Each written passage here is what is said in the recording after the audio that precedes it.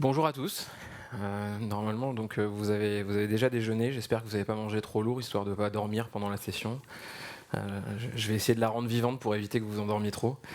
Bonjour, je m'appelle Hervé Lourdin et je vais vous présenter un talk qui s'appelle Un CTO paye toujours ses dettes, qui va bien évidemment parler de dettes techniques et de comment on a essayé de se confronter à ce problème de dette technique à l'intérieur de Vite Dressing. Donc, qui je suis en deux mots, je suis CTO et co-dirigeant, puisqu'on co-dirige à trois l'entreprise Vite Dressing aujourd'hui, un modèle de gouvernance un petit peu original. Très rapidement, plutôt très adepte et praticien de Lean et d'Agile aux premières heures. Je bossais avant chez Octo Technologies sur le sujet de l'Agile et j'ai participé à la fondation d'une startup qui s'appelle Appalooza Store. On va rentrer dans le vif du sujet. Je vous présente Jérôme. Jérôme, c'est un product manager chez nous. Et en fait, pour être complètement honnête avec vous, c'est lui qui a fait la première version de cette présentation, qui à l'origine du coup s'appelait Un product manager paye toujours ses dettes. Une citation bien connue d'un grand philosophe contemporain. Et en fait, on s'est aperçu pendant cette présentation qui a eu lieu pendant un meet-up sur le product management, une grande majorité des questions qui étaient posées étaient plutôt techniques. Et du coup, on s'est un peu fait du ping-pong pendant la séance de questions-réponses, où j'ai pas mal aidé là-dessus. Puis du coup, je me suis dit, tiens, c'est peut-être un sujet qu'on devrait creuser au niveau tech un petit peu plus en détail, puisque finalement, ça appelle beaucoup ça. Même si l'enjeu était d'expliquer comment faire un grand chantier de refonte technique en essayant de le prioriser au plus par le business et de ne pas mourir pendant l'exercice de style. Du coup, on en a fait une nouvelle presse qui s'appelle Un CTO paye toujours ses dettes. Et je vous la présente aujourd'hui. Avant de commencer, un petit disclaimer. C'est pas un troll sur la dette technique. C'est-à-dire que j'ai eu des conversations infinies avec plein de gens sur le sujet. Je vais appeler dette technique quelque chose qui s'est accumulé au travers du temps, et il y a plein d'autres sessions que je vous recommande chaudement ou de talk à lire sur le sujet ou à regarder en vidéo sur le sujet de la dette technique, qui fait le distinguo entre la dette technique, la complexité accidentelle et l'entropie du code, qui sont tous les trois des notions relativement différentes. Moi, j'en parlerai de manière indifférenciée pendant ce talk-là. On pourra en discuter après si vous voulez pendant les questions-réponses. Très rapidement, qui sommes-nous? Moi, je travaille pour une société qui s'appelle Vite Dressing. Donc, Vite Dressing, ça fait quoi? C'est une société qui propose à qui veut d'acheter ou de vendre des biens de mode, donc des chaussures, des accessoires, des montres, des bijoux, des robes, des vêtements de seconde main, portés ou pas. Et donc, c'est une place de marché qui permet de mettre en relation des acheteurs et des vendeurs qui cherchent absolument à proposer le prix le plus juste aux utilisateurs, de s'assurer que vous n'allez pas acheter un faux sac Chanel sur notre site, de garantir que si vous n'êtes pas satisfait, vous pourrez le récupérer, et de sécuriser toute la transaction de bout en bout. Ce qu'on cherche au-delà de ça aussi, c'est à développer un concept de mode plutôt bienveillante, assez décomplexé, pas de trucs trop prout-prout. On est plutôt dans quelque chose d'accessible qui met en relation tout le monde de manière très décomplexée.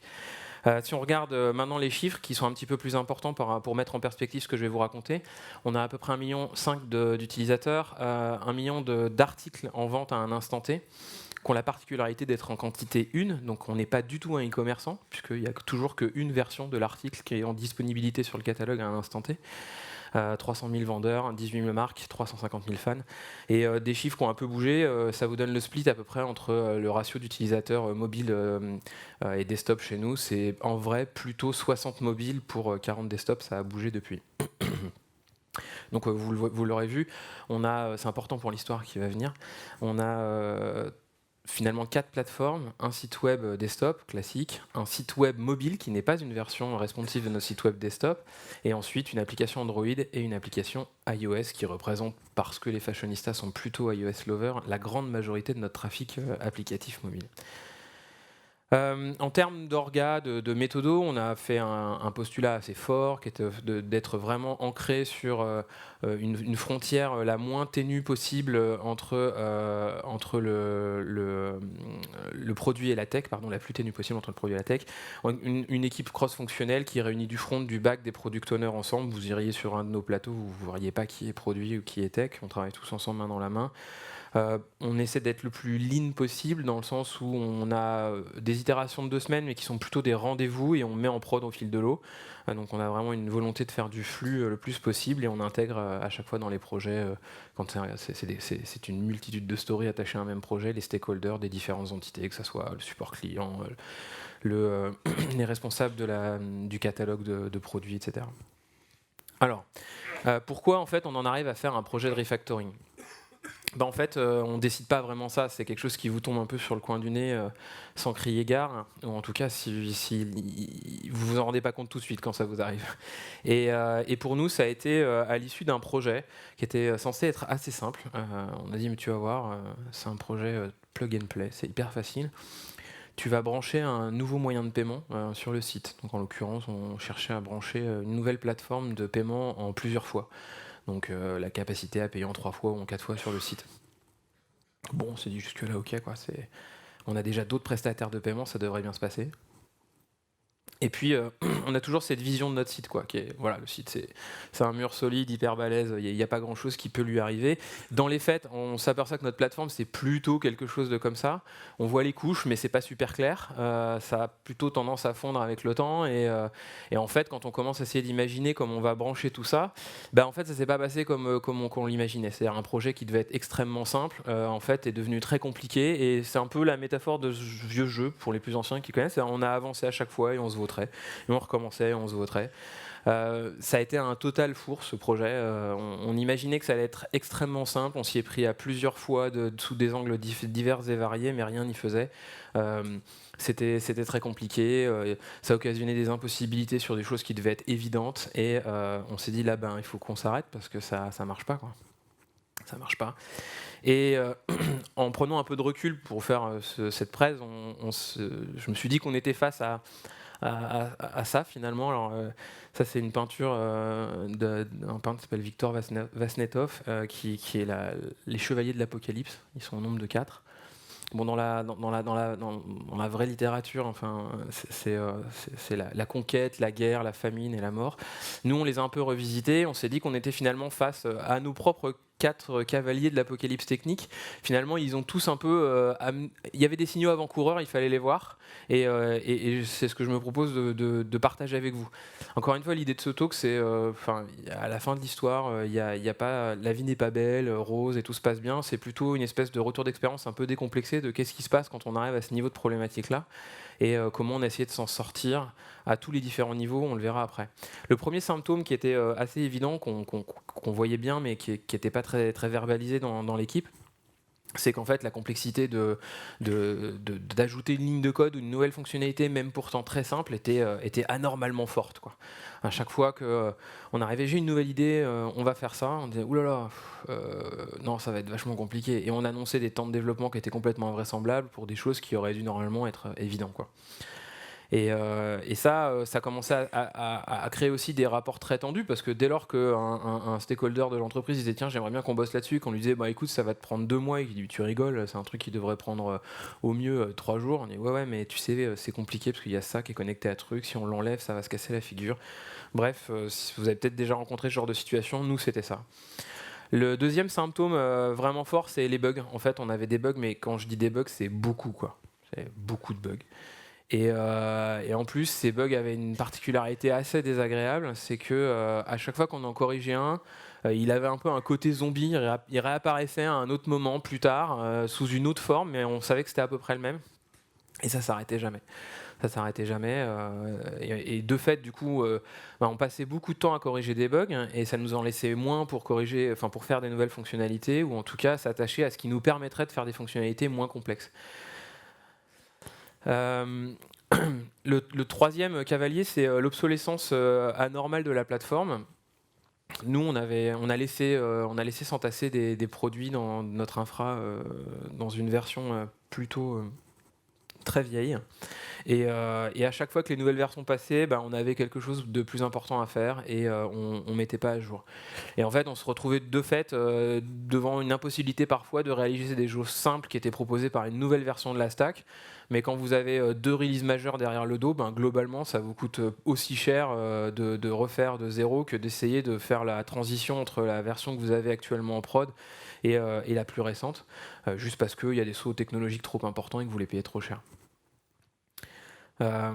Accessoirement, ça a un autre très mauvais effet d'avoir une plateforme qui commence à être obsolète, c'est que quand vous arrivez sur un stand et quelqu'un vous dit bonjour, vous avez quoi comme techno, et que là vous commencez à dire votre stack, vous voyez que le regard commence à un peu se détacher du vôtre, et puis merci, c'était sympa. Et puis il veut un autre stand, et du coup le recrutement devient vachement moins sexy, quoi. Donc l'obsolescence de la plateforme, c'était un grand moment de solitude parfois sur certains salons pour faire du recrutement. Et le dernier, en fait, il est un peu particulier, c'est le héros ou les héros. En fait, nous, on en avait. Et c'était affreux parce que déjà, ils étaient crevés, donc symptômes. Si vous voyez un gars qui est en train d'éteindre tous les feux de la planète et qui commence à être un peu fatigué, a priori, vous êtes devant le symptôme du super-héros qui est en train de sauver un peu le monde. Donc du coup, tout le monde l'adore, tout le monde se l'arrache, tout le monde veut qu'il bosse pour lui. Le seul problème de ça, c'est que vous rentrez dans une boucle de rétroaction assez vicieuse qui est que ces personnes savent. Ce sont les sachants de la plateforme. La seule chose qu'ils devraient faire au lieu de fixer les feux qu'il y a en prod sur votre plateforme, c'est de former les nouveaux venus. Parce que quand un nouveau venu débarque sur la plateforme et qui n'y connaît rien, et vous l'avez compris, elle est atrocement complexe, globalement, qu'est-ce qu'il va faire? Il va essayer de comprendre un truc, il va le comprendre à 80%, les 20 derniers, c'est ceux qui vont faire mal, et il va créer des nouveaux bugs très probablement. Et en fait, juste parce qu'il n'est pas mentoré, parce que les gens qui savent sont en train d'éteindre tous les feux, eux, secrètement, ils commencent à allumer les feux de demain. Donc en fait, c'est un truc assez affreux et il n'y a pas beaucoup de façons de s'en sortir. Nous, on en a une qui est assez simple, qui est à un moment donné, on débranche la prise du héros, on dit écoute, tu vas arrêter de sauver le monde. Généralement, il aime pas trop. Enfin, il est un peu schizophrène. Il est content parce qu'il est très fatigué. Et il n'est pas content parce que l'air de rien, c'est un peu sa came de tous les jours de sauver le monde. Et il se dit, c'est quand même cool quand les gens disent « Ah, merci, tu m'as sauvé la vie aujourd'hui ». Et chaque jour, en fait, il se passe ça. Et c'est plutôt agréable. Sauf que, en fait, vous rendez un service à personne en faisant ça. Et nous, on en avait un ou deux qui étaient géniaux. Mais il a fallu essayer d'arrêter ce comportement-là parce que finalement, il était poussé au crime.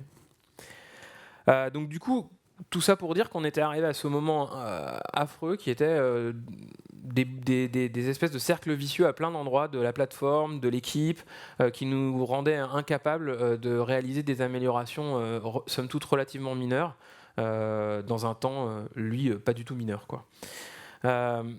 Et là, une fois que vous avez compris ce qui était en train de vous arriver, c'est que le tout début des problèmes, en fait. C'est comment vous allez en parler. Parce qu'il va falloir faire des choses. Donc nous, on est une start-up, on n'est pas beaucoup. Et à un moment donné, il va falloir dire à quelqu'un, je crois qu'on va devoir faire quelque chose où pendant un petit moment, tu vas pas voir de nouveautés business ou fonctionnelles et ça va pas te plaire, mais c'est un passage obligé. Et là, la personne commence à vous poser pas mal de questions et il va falloir le convaincre. Et ça, c'est ce que je me propose de vous raconter maintenant. Le premier grand moment de solitude, c'est celui où vous devez aller voir votre board d'investisseurs. Donc quand on est une start-up, généralement, on n'est pas tout de suite rentable et on a des gens qui parient sur vous en mettant de l'argent. Et ces gens-là, vous les rencontrez régulièrement. Au moins tous les trimestres. Et nous, c'était ça, voire tous les 2 mois. Et il a fallu leur dire comment vous expliquer. Il va falloir qu'on fasse un truc là, et ça va pas dégager beaucoup de valeur immédiate, en tout cas pas à vos yeux. Surtout toutes les bonnes idées que tout le monde va venir vous souffler, que vous aimez bien voir arriver régulièrement, ne vont pas arriver. Et je vais vous parler d'un truc un peu étrange qui s'appelle la dette technique. Alors, les investisseurs ou les VC sont des gens qui sont habitués à travailler avec des boîtes tech, mais pour autant qui ne sont pas des techniciens. Et leur parler du pourquoi du comment de la dette technique, va falloir commencer à avoir un peu des arguments compréhensibles par le commun de ces personnes-là, quoi. Donc comment on a fait pour en parler? Ça a été plutôt compliqué. Mais on a fini par trouver un bon angle d'attaque. Le tout premier est très simple et c'est montrer les effets. Donc là, on a commencé à montrer les effets des fameux... En fait, c'est comme ça que l'idée des 4 cavaliers de l'apocalypse technique est apparue. C'est que finalement, on les a listés. On a vu ces 4 grandes catégories qui avaient des impacts sur le recrutement, la rapidité, la capacité à maintenir, etc. Et là, on dit, ouais, effectivement, il y a un truc qui ne va pas. Ça nous a plutôt aidé. Mais ça aide pas à déclencher l'urgence d'intervention, en fait, à valider immédiatement de le faire. Ça aide à comprendre qu'il se passe quelque chose de pas bien et que la boîte est face à un obstacle a priori qui n'est pas anodin. Le deuxième truc, qui est finalement le plus important, c'est vous commencez à sortir votre calculette. Alors il y a des moments donnés, ça sera un peu au doigt mouillé, mais tant que vous n'avez pas réussi à essayer d'évaluer l'impact financier, à ne pas faire ce correctif, en fait, finalement vous êtes juste quelqu'un qui braille. Alors souvent en plus le CTO sur une table d'investisseurs, c'est souvent celui qui braille en disant non mais on a des problèmes, vous comprenez, etc. Donc le CTO on dit ouais on a l'habitude, tu sais, il dit tout le temps ça, et puis bon.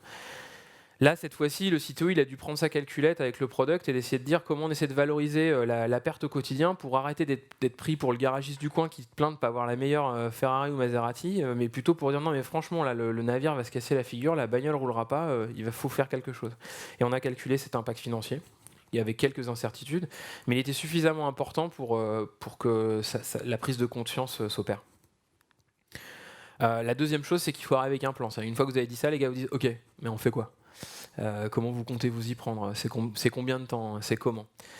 Ça, on y reviendra après, parce que pour le coup, c'était compliqué. Et la deuxième chose, c'est que ce plan doit avoir une caractéristique, c'est qu'il doit être extrêmement business orienté, puisque à l'instant, vous avez expliqué à tout le monde au combien vous étiez en train de faire perdre de l'argent à la Bicoque parce que la partie technique ne tenait pas le coup. Donc du coup, si vous n'arrivez pas avec un plan technique un petit peu priorisé par le business, ça va être un peu compliqué à comprendre. Et finalement, ça c'est notre gros sujet. Et le gros sujet du retour d'expérience que je vous propose, c'est comment on fait pour prioriser ça, parce que fatalement, tout le monde attend qu'une seule chose, la roadmap. Donc oui, c'est bien, elle va arriver, il n'y a pas de problème, comment on s'y prend. Mais dans les faits, quand on a commencé à essayer de réfléchir à la roadmap, on était super paumé, pour plein de raisons. La première chose, c'est qu'on a essayé de comprendre comment la machine fonctionnait. Les plus anciens connaissent ce fabuleux jeu. C'était un peu ça, notre code. On le regardait avec insistance en disant « Putain, je crois que si j'appuie ici, normalement, il va se passer ça. » Et en fait, on a posé plein de questions autour de nous. Et parce que, comme je vous l'ai dit, il était devenu trop complexe. Et trop complexe pour que un kidam soit capable de comprendre ce qui se passe, à part les deux héros qui savent généralement plutôt bien ce qui se passe, mais souvent ils ont peut-être un petit peu contribué au sujet aussi. Et donc du coup, c'est quand même pas facile à verbaliser et à réexpliquer. Il y a un deuxième truc qui nous est arrivé, c'est que vous discutez avec des gens, et là il y a des gens qui disent non mais en fait c'est comme ça que ça marche, je te jure. Ah ouais, t'es sûr? Ouais, c'est sûr et certain. Ah bon? Et puis plein de gens tentent de vous expliquer comment fonctionne le système, et en fait vous apercevez qu'il y a quand même un gap énorme entre ce que fait vraiment le système et les croyances des différents services. Alors, il y a généralement un service qui en connaît beaucoup plus que la tech sur votre propre produit, c'est le support client. C'est le support client qui passe son temps à éponger les bugs que vous avez, et donc en fait, ils ont une connaissance relativement accrue des problèmes. Parfois, ils inventent une certaine forme de mythologie sur pourquoi ça marche comme ça, deux doigts du vaudou, mais c'est pas très grave en fait, parce qu'on leur demande pas de comprendre ce qui se passe dans la boîte, mais eux par contre connaissent vraiment bien, savent un peu redessiner entre les lignes quelques règles métiers. Mais bon, c'était toujours pas suffisant quoi, de faire cette causette-là en disant je te jure, je suis sûr que ça marche comme ça. Bon, on a dit on va ouvrir le code, merde. Alors là, c'était juste impossible. En fait, on a vraiment trop cru qu'on pourrait s'en sortir juste en lisant le code, et ça a été un échec plutôt cuisant. Du coup, on s'est dit, on va prendre une autre approche. En fait, on va essayer de réapprendre notre métier. Alors, ce que je vous ai pas dit, c'est que finalement, le sujet sur lequel on était en train de tomber, c'était pas juste être en mesure de plugger un moyen de paiement. C'était finalement, on s'apercevait que toute notre brique de paiement avait un monceau d'exceptions, de règles métiers un peu étranges, qui étaient vraiment issues du passé, mais qui étaient surtout très fortement corrélées à la gestion des commandes. Et la gestion de commandes sur notre site, c'est pas si simple que ça. Je vais vous en parler juste après. Donc en fait, ce qu'on a décidé de faire, c'est de réapprendre, d'avoir une approche de réapprentissage finalement de notre métier en faisant plein d'interviews, des observations sur comment les gens réagissaient quand il y avait tel problème, et puis après analyser un peu techniquement là où ça semblait faire mal. Ça nous a permis de faire deux types de livraisons qui ne sont pas du tout ce qu'on aurait cru, c'est-à-dire absolument pas du code. La première, c'est commencer à créer un vocabulaire commun. En fait, on était juste perdus. Les gens disaient commande pour des trucs tellement différents en fonction des services ou des équipes avec lesquelles vous parliez que ça devenait un enfer. Donc du coup, on a fait un dessin avec des boîtes, des couleurs et des périmètres fonctionnels. En essayant de dire, ok, qu'est-ce que ça veut dire? C'est quoi un acheteur? C'est quoi un vendeur? Ah mais non, mais c'est pas un acheteur, c'est un visiteur, il n'a pas encore un vrai compte. C'est quoi une commande? Ouais, mais la commande, elle a été confirmée ou pas? Ah, je sais pas. Et donc du coup, on a pas à pas réécrit chacun des mots en disant voilà, ça veut dire On a expliqué, une commande c'est ça, une vente c'est ça, un produit vendu c'est ça, une commande multi-article ça veut dire ça. Et on a remis ça à plat. Et surtout, le truc qu'on a fait, c'est en fait redécouvrir notre système de gestion de commandes qui était finalement ça le problème. C'est-à-dire brancher un prestataire de paiement, enfin voilà quoi. Des fois, j'avais honte de dire à mes potes, ouais, en ce moment, on est en train de brancher PayPal, les gars, c'est un truc de fou. Et en fait, c'était pas ça, quoi. On était juste en train de refondre le système de gestion de commandes, qui est pas si évident, puisque comme je vous l'ai dit, on est une place de marché, et en fait, il peut se passer plein de trucs dans la vie d'une commande. Parce que quand on fait une commande sur une place de marché, dans un premier temps, on dit, tiens, ce produit me plaît. Bon, on fait un peu la négo avec le vendeur, on à ce prix-là, je te le prends. Bon, le mec dit oui. Une fois qu'il a dit oui, il faut qu'il valide bien qu'en fait il n'a pas vendu sur une autre plateforme entre temps, donc il doit valider l'article. Puis ensuite il doit dire c'est bon, je l'ai envoyé, tiens je te file le tracking. Il faut que le produit transit arrive bien chez vous, que quand il arrive chez vous, vous fassiez l'effort de dire c'est bon, je l'ai bien reçu. Derrière ça, nous on propose un truc qui est un peu inédit dans le monde de l'OCA, c'est qu'on propose du satisfait remboursé. Normalement dans l'occasion, vous avez acheté un truc, vous ne pouvez pas vous rétracter, c'est pas comme acheter un truc dans un magasin classique. Nous ce qu'on propose c'est que sous 2 jours, vous pouvez dire en fait finalement c'était pas ma taille, auquel cas vous paierez juste les frais de port de retour de l'objet, ou alors vous dites en fait c'est pas ce que tu m'avais dit, auquel cas là il y a un petit litige et vous rentrez encore dans autre chose, c'est-à-dire le gars m'a envoyé un truc mais les photos montraient pas ce que j'ai reçu. Et donc, il y a encore des corner cases qui viennent s'entasser les uns sur les autres. Donc, vous comprenez que la transaction, elle n'est pas straightforward, quoi. C'est pas je vois un truc, je clique, j'achète, finito. C'est pas du tout ce qui se passe. Et en fait, le gros truc qui a été fait suite à ces différentes interviews, c'est redécouvrir comment finalement chacun de nos cas aux limites fonctionnait, parce que je défiais quiconque de retrouver dans le code comment ça se passait. Et en fait, le premier truc qu'on a livré, c'est ce que vous voyez derrière. C'est-à-dire, en gros, c'est un gros modèle de machine à état fini, un gros workflow. Et ce truc-là, on l'a collé au mur. Et en fait, la bonne nouvelle, c'est que ça a commencé à fixer un vocabulaire. Les gens ont redécouvert ce que le truc faisait. Ça nous a permis de tuer bien rapidement et proprement au passage les légendes urbaines. Mais je te dis que quand on fait ça, c'est sûr, il se passe ça. Non, c'est ça ce qui se passe. Et également parfois de se faire corriger, des gens qui disent là t'as fait une flèche, en fait vous êtes vautré, c'est pas comme ça que ça marche.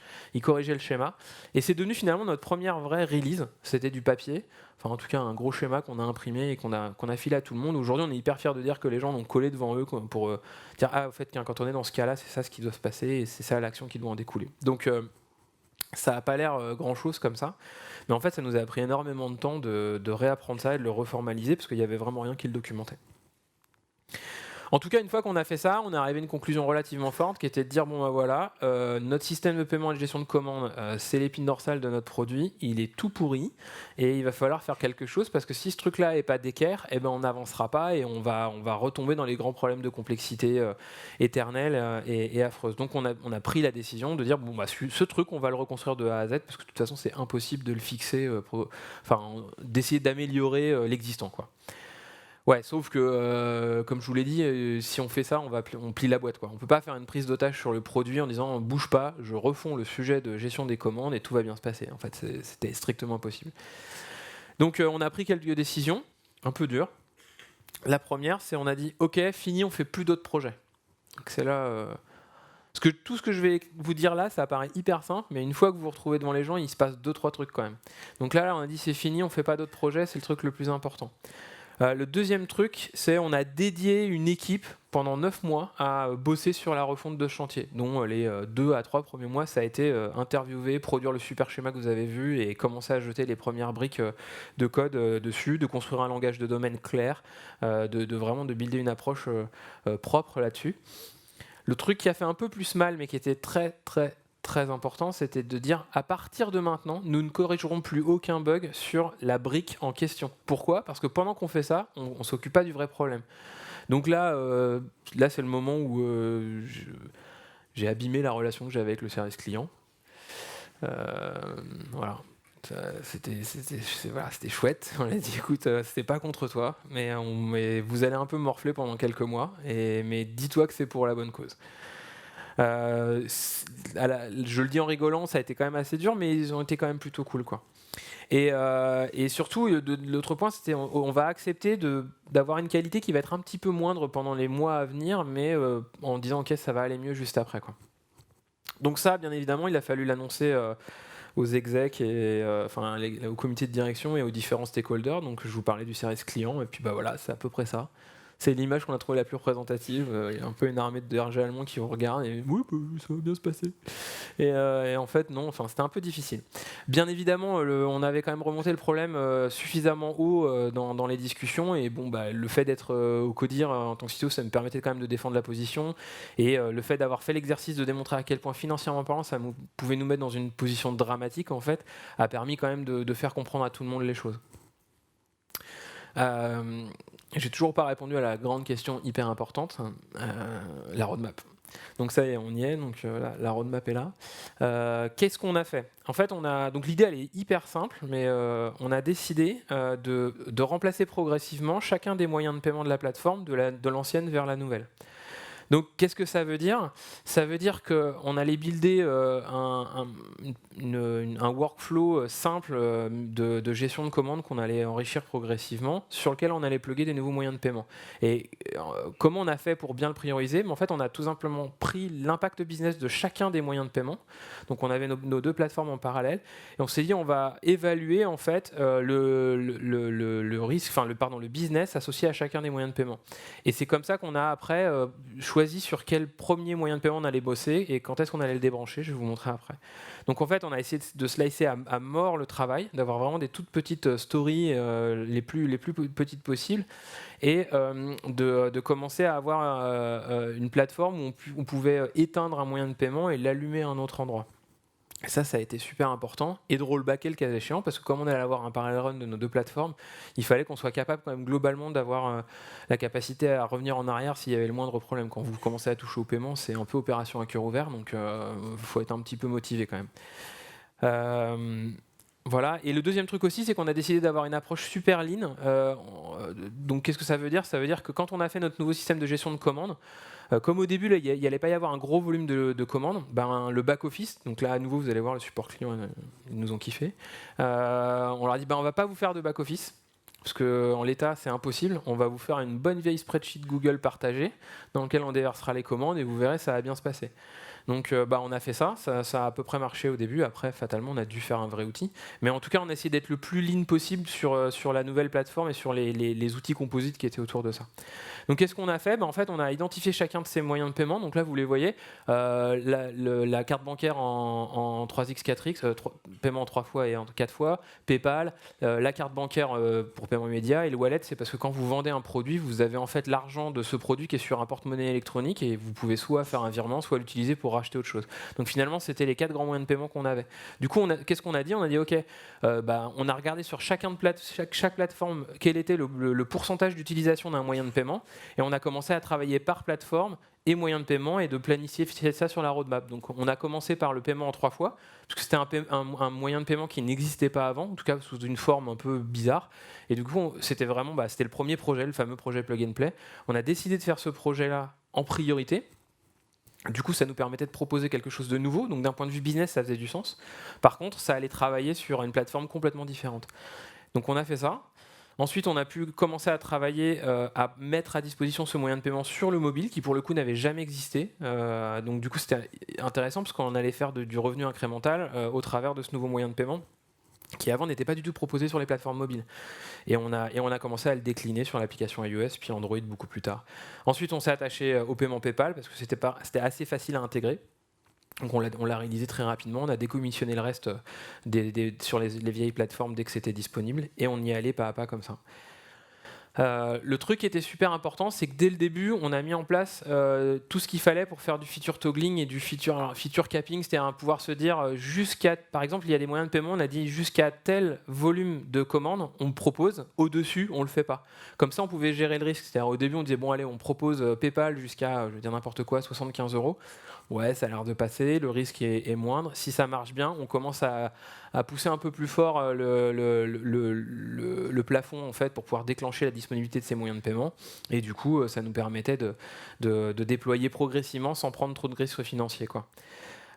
Donc du coup, c'est une grosse recommandation, parce qu'aujourd'hui on utilise abusivement ce genre de procédé-là pour déployer et gérer un peu le risque quand on fait quelque chose de nouveau. Mais dans le contexte d'une réécriture et surtout d'une bascule progressive de l'ancienne vers la nouvelle plateforme, c'était crucial d'avoir ce genre de choses-là, quoi. Donc voilà, c'est vraiment comme ça qu'on a bossé pour déployer tout le plan. Ça, c'était pour la roadmap, mais pendant ce temps-là, à la tech, on a essayé quand même un peu de faire des trucs sur les équipes tech produits pour épauler en fait ça. Parce que ça, c'est vraiment la façon dont on a vendu en interne et en externe le chantier, dont on l'a réalisé également, et c'est ça, c'est ce qui nous a majoritairement sauvés, on va dire. Mais il a fallu quand même faire un certain nombre de choses parce qu'il n'y a pas beaucoup d'équipes qui sont super excitées à l'idée de se dire que pendant les 9 prochains mois, ils vont réécrire un truc pareil qu'ils ont passé plusieurs années à écrire et voir se désagréger. Et en fait, la meilleure façon qu'on a pu avoir, notamment de sensibiliser l'équipe technique au fait que la refonte était cruciale et de voir l'impact de leur boulot, c'est d'avoir pratiqué une ouverture la plus grande possible de nos chiffres. Donc ça, en l'occurrence, on n'avait pas encore tout l'outillage pour faire ce qu'on voulait sur de la base de données ou sur de la BI. Du coup, on a décidé d'utiliser notre outil de gestion de logs. Donc ça, c'est Logmatic. Je ne sais pas si vous connaissez. Nous, on utilise ça pour les logs. Ça marche vachement bien. C'est une plateforme genre un Elasticsearch Kibana, mais en SaaS, quoi, qui est rudement efficace. Et du coup, on a monté des dashboards sur lesquels on était capable de voir tous nos moyens de paiement. Et là, vous pouvez voir la répartition des moyens de paiement, le paiement, les résultats à date de hier, de l'année dernière au même jour, et le breakdown par moyen de paiement. Ce qui fait qu'en fait, les devs voyaient vraiment ce qui se passait, là où ça marchait pas bien. Et notamment, il y avait un autre truc qui était important, c'est que du coup, dès qu'on mettait en prod un nouveau moyen de paiement, on voyait immédiatement les effets mécaniques sur les commandes et comment ça se passait, quoi. Ce qui est plutôt motivant pour l'équipe, parce que du coup, on voyait son impact. Accessoirement, c'était aussi important de voir qu'on était en train de faire une grosse connerie, parce qu'on voyait un moyen de paiement chuter, on disait « Ouh la boulette, on va vite rollbacker ». Mais et à la fin de la première semaine, on a mis ça en œuvre. Le truc cool, c'est que les équipes de dev commençaient à faire des paris sur combien on allait faire de chiffres sur tel canal de paiement cette semaine, et ça a créé pas mal d'émulation. Et surtout, tout le monde a compris après quoi on était en train de bosser et après de courir, quoi. Deuxième truc important qu'on a constaté, et alors c'est très drôle parce que cette slide finalement c'est pas du tout moi qui l'ai écrit, c'est le product manager qui a constaté à quel point en fait la phase de code review était ultra cruciale en fait dans ce processus-là. Alors honnêtement, j'ai l'impression de défoncer des portes ouvertes quand je vous raconte ça, donc on va pas passer 5 plombes sur l'importance de la code review. Si quelqu'un en doute encore, je suppose qu'il y a des confs qui pourront vous aider à en être encore plus convaincu. Mais le truc qui est vraiment important, c'est que dans une phase de refacto, la code review, en dehors d'être relue et de valider sa qualité, elle est surtout là pour commencer à spreader dans l'équipe les choix de design qui ont été faits. Donc il se trouve qu'à un moment donné, on a fait des choix de design collectifs à un moment donné, mais le fait qu'il y ait quelqu'un qui n'ait pas participé à l'écriture de ça, qui revoit ça, commençait un peu à colporter le nouveau design de la plateforme. Donc c'était hyper crucial, à un tel point que les PO disaient hey, les mecs, oubliez pas la code review, c'est super important. Parce qu'ils ont vu les grands moments de solitude d'un gars qui découvrait pour la première fois le code, qui avait jamais fait de code review et qui prenait son premier ticket. Pareil, on a passé quand même pas mal de temps au début du projet à vraiment industrialiser à mort nos déploiements, parce qu'on avait un gros problème, c'est qu'on à cause de cette complexité et obsolescence de la plateforme, on avait aussi beaucoup de mal à reproduire en local une plateforme qui soit à peu près fidèle. Donc on a transpiré 2 secondes, on a dockerisé tout ça, et on a mis en place une procédure pour pooler un peu de data fraîche issue de notre prod, pour pareil avoir un échantillon relativement représentatif pour quand on faisait les devs, et notamment des tests de paiement qu'on moquait ça. Et ça, c'était super, super important. Et toute une usine de build qui déployait à la volée des environnements de test par branche. Donc dès qu'on tirait une feature branche, on pouvait déployer un environnement et le faire tester un PO. Les règles métiers, quand on commence à taper sur le paiement, elles ne sont pas triviales. Donc du coup, c'est hyper important de pouvoir avoir un environnement immédiatement dispo sur lequel on va faire des tests sur les différents cas aux limites qu'on n'a pas forcément vu venir, quoi. Le dernier truc... en fait, c'est un peu devenu une blague chez nous, mais notre système legacy, on l'a appelé le monstre. Et le monstre, en fait, du coup, on a une règle que tout le monde connaît dans l'équipe, c'est il ne faut pas donner à manger au monstre. Donc du coup, cette règle, elle est claire. Dès lors où on fait un dev, on ne doit pas écrire dans le legacy, ou le moins possible. Donc voilà, à chaque fois qu'on est en train d'essayer de tourner autour de ce sujet, alors notamment quand on était en train vraiment de réécrire complètement à côté, il faut le moins possible donner à manger au monstre. Et aujourd'hui, tout le monde est focalisé là-dessus. Parce que c'est un peu affreux, le monstre, c'est le titre de slide, c'est un peu votre coloc crade, quoi. C'est le gars qui vit avec vous tout le temps, il est sympa, et des fois il vous propose des trucs plus faciles à faire que le truc que vous aviez vraiment décidé de faire avec beaucoup de discipline, et si vous laissez aller, vous allez faire des trucs crades avec lui, quoi. Et en fait, on s'en méfie, et c'est devenu un peu le copain où on dit bon, je sais qui t'es, je sais ce que tu fais, mais c'est pas ça vraiment ce que je veux faire dans la vie. Donc on vit avec tous les jours. Et on a la règle numéro 1 de ne pas lui donner à manger, voire même on a une deuxième règle qui est à chaque fois qu'on peut, on essaie de l'affamer. Donc en gros, dès qu'on est en train de commencer à faire trop de trucs qui flirtent avec le monstre, on se dit ok, cette partie-là, je vais la sortir dans un bundle à part et je vais commencer à la faire migrer vers l'autre plateforme, quoi. Et c'est ce qu'on a fait. Alors, en l'occurrence, le monstre chez nous était sur une très vieille version de Zen Framework. On fait du PHP, donc du coup, toute la nouvelle plateforme commençait à être sur du Symfony. Mais le problème n'était même pas tant la version de framework. Enfin, je rentrerai pas dans un troll vieux Zen versus nouveau Symfony. C'est juste que le design était vraiment crado, quoi, et qu'il fallait avoir vraiment des objets et des services proprement définis à côté, quoi, pour avoir un contrat de service vraiment clair et un découpage en couches plus évident. Voilà, et surtout, truc hyper important, toujours la même règle, dès que vous faites un nouveau service, faites-le suffisamment sexy, entre guillemets, qu'il puisse proposer d'accéder à certaines datas qu'on ne pouvait pas accéder facilement avant via le monstre, pour que du coup on n'ait pas envie de reparler au monstre sur un sujet et qu'on dise ah plutôt tiens le nouveau service il est bien et qu'on continue pas à l'alimenter du coup le monstre. Voilà, et donc chaque jour qui passe on est en train de travailler sur ce monstre là. Qu'est-ce qu'on a appris et les résultats? Aujourd'hui, alors j'ai volontairement pas voulu mettre 100%. La dernière fois que j'ai fait cette presse, on en était à 97. Là, en fait, on n'a plus rien qui passe sur l'ancienne plateforme. En vrai, je dis une bêtise, parce que la semaine dernière, on a découvert qu'il y avait un cas au limite qui appelait encore étrangement ce truc-là. Ça nous a plutôt permis de découvrir un vieux bug, une réminiscence du monstre, une petite racine dans un coin. Mais bon, globalement, aujourd'hui, il n'y a plus aucune commande qui passe sur l'ancien système. Et en fait, on est en train de décommissionner progressivement le code de l'ancien système pour s'assurer qu'il n'y aura plus rien ou que s'il se passe quelque chose de bizarre, ça pète. Sur cette partie-là, on n'a quasiment pas de bug. Alors, il y a un truc que j'ai pas dit, c'est que on en a profité pour avoir des pratiques un petit peu plus carrées. Donc, on a des tests unitaires, on n'en avait pas avant, qui sont du coup renés régulièrement par notre intégration continue. Et ça nous a permis d'être quand même vachement plus carré dans nos règles métiers, dans tous les tests qu'il fallait effectuer. Donc, les bugs sur la plateforme de paiement gestion de commande aujourd'hui sont de plus en plus mineurs. Et quand il y en a un, il est résolu extrêmement vite, quoi. Donc ça, c'était plutôt la super nouvelle.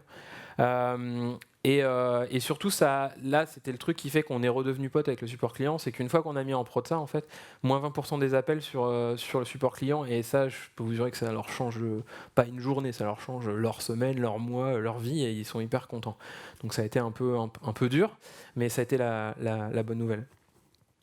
Ça nous a aussi permis, du coup, en essayant de jongler sur à quelle plateforme, enfin en prenant la grille plateforme moyen de paiement comme base de travail sur la priorisation, ça nous a permis aussi de tester ou de développer des moyens de paiement qui n'existaient pas ailleurs et d'améliorer du coup les performances business de la plateforme mobile qui jusqu'à ce moment-là avait accès qu'aux moyens de paiement simples qui étaient tu payes avec ta CB en une seule fois, quoi.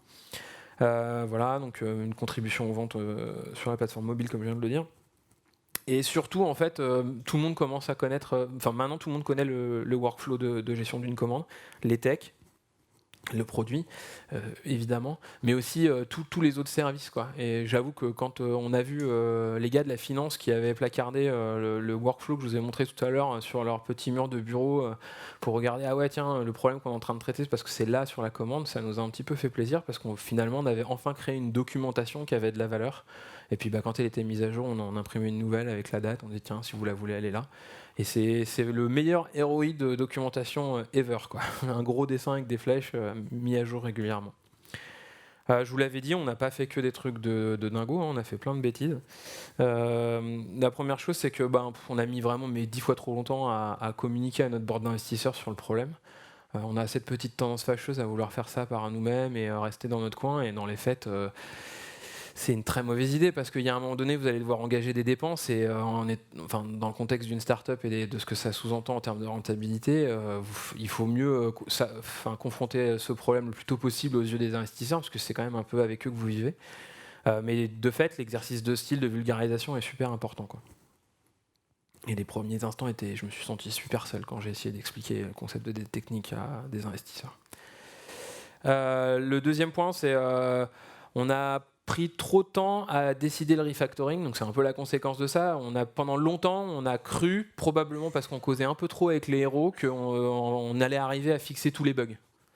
Et en fait, c'était impossible, c'était juste impossible. Et les bugs zombies là, nous ont fait tellement mal, on s'est aperçu, le temps qu'on a passé à corriger des trucs qui réapparaissaient était tellement dingue que pendant ce temps-là, on continue à donner à manger aux monstres dans les très grandes largeurs, quoi. on a aussi, enfin c'est ce que je viens de vous dire sur les bugs, mais du coup la conséquence de ça, c'est qu'il fallait décider que on n'allait pas corriger les bugs. Et en fait, je pense qu'on manquait un peu de courage là-dessus, quoi. Ça demande vraiment du courage de dire à un support client, écoute, on va plus corriger de bugs sur ce sujet-là pendant les 9 prochains mois. Et toute blague mise à part, c'est pas chouette de prendre ce genre de décision-là. Pour autant, c'était la plus efficace. Voilà, donc la documentation, les stakeholders, je vous l'ai dit, probablement aujourd'hui ça va un peu mieux, mais on n'est quand même pas au top là-dessus. En fait, je pense qu'on les engage pas assez tôt. On les engage assez tôt, mais par contre, on pourrait les faire venir plus régulièrement à l'intérieur du projet, parce que finalement, ils ont compris pourquoi on faisait les choses, et on aurait dû les engager pendant le projet à venir faire du test sur des petits éléments de testing, enfin des petites releases intermédiaires, là où les experts de la plateforme comprenaient pouvaient faire des tests intrinsèques. Finalement, les stakeholders externes, ils sont quand même un peu rentrés dans un tunnel, et c'était pas une bonne chose, parce qu'ils avaient quand même un peu l'impression qu'on était dans notre délire en train de faire un truc un peu obscur, et ça les rassurait pas, quoi. En tout cas, ils ont dû attendre la première release pour sentir que ça allait dans la bonne direction. Les autres learnings, le monstre va pas mourir de sitôt, c'est la super mauvaise nouvelle. Aujourd'hui, notre pote Crad est toujours là. Par contre, il a perdu une jambe et il a un bras un peu détérioré et on commence à lui remplacer 2-3 organes, donc c'est plutôt la bonne nouvelle.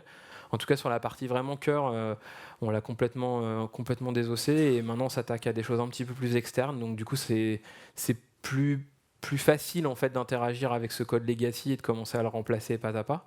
Mais il est encore là pendant longtemps, quoi. C'est-à-dire qu'il faudra avoir un gros budget pour dire il y a une équipe en sous-marin qui est en train de builder la nouvelle plateforme de demain. Mais en fait, dans notre contexte financier de taille d'équipe, ça faisait aucun sens. Donc tous les jours, on prend l'opportunité de ne pas donner à manger au monstre, ou parfois on lui dit ok, là pour des raisons de time to market, on va donner à manger au monstre, il faut qu'on soit au courant de ça.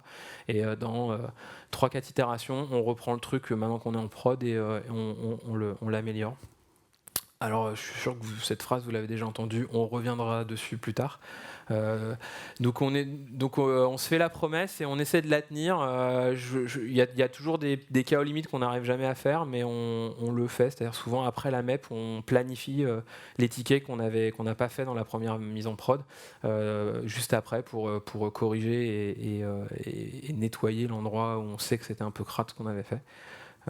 C'est quand même une grosse lutte de tous les instants de faire ça. Voilà. Vous pouvez pas le contenir. Il y a un truc cool aussi quand même qu'on a appris et qu'on avait testé. Alors c'est pas hyper académique, surtout que sur ces derniers mois, le côté mob programming c'est vachement plus, démocratisé. On en parle beaucoup. Nous, on nous avait dit tiens, il y a des mecs qui se mettent dans une salle et qui codent à plusieurs, etc. Et en fait, nous, on s'est aperçu qu'en faisant un truc qui ressemble à ça, pendant les phases de conception de la nouvelle plateforme, c'était vraiment bien parce que ça permettait vraiment de faire de la co-conception de cette nouvelle plateforme qui allait quand même être pas évidente à comprendre au premier abord, et en la construisant comme ça, tous devant un vidéoprojecteur et en faisant ces séances de dev, ça marchait plutôt bien et on est assez content de ça. Et maintenant, on se dit que souvent, quand on a un nouveau morceau de code un peu costaud à produire, on se réunit dans une salle et les devs se mettent ensemble et font code au mur avec un vidéoprojecteur. Je vous fais pas la blague sur les code review, mais il faut pas la skipper. Et j'en ai terminé pour ce retour d'expérience.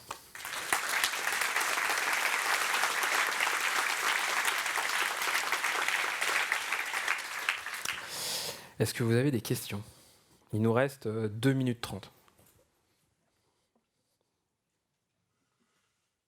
Tout au fond de la salle. Sans micro, il va falloir que tu parles fort.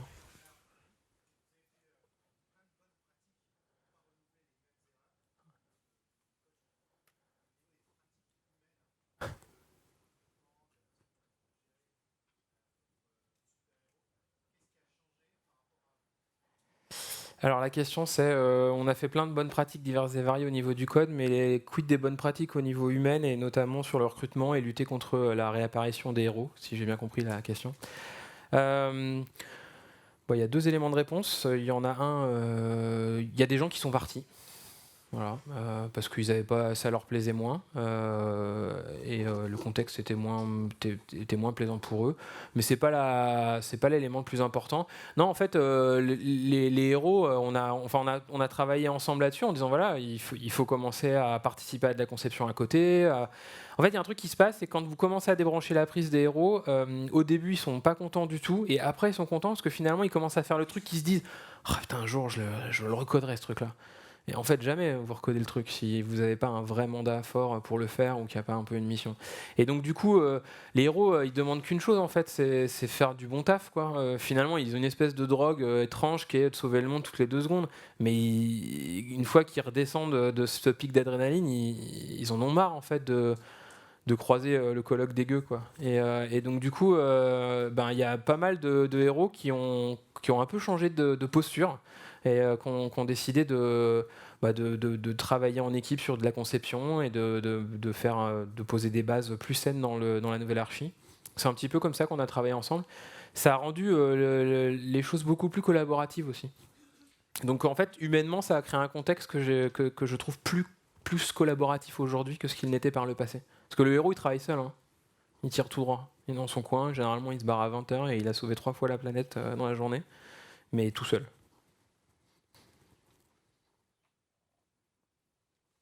Ouais. Ouais.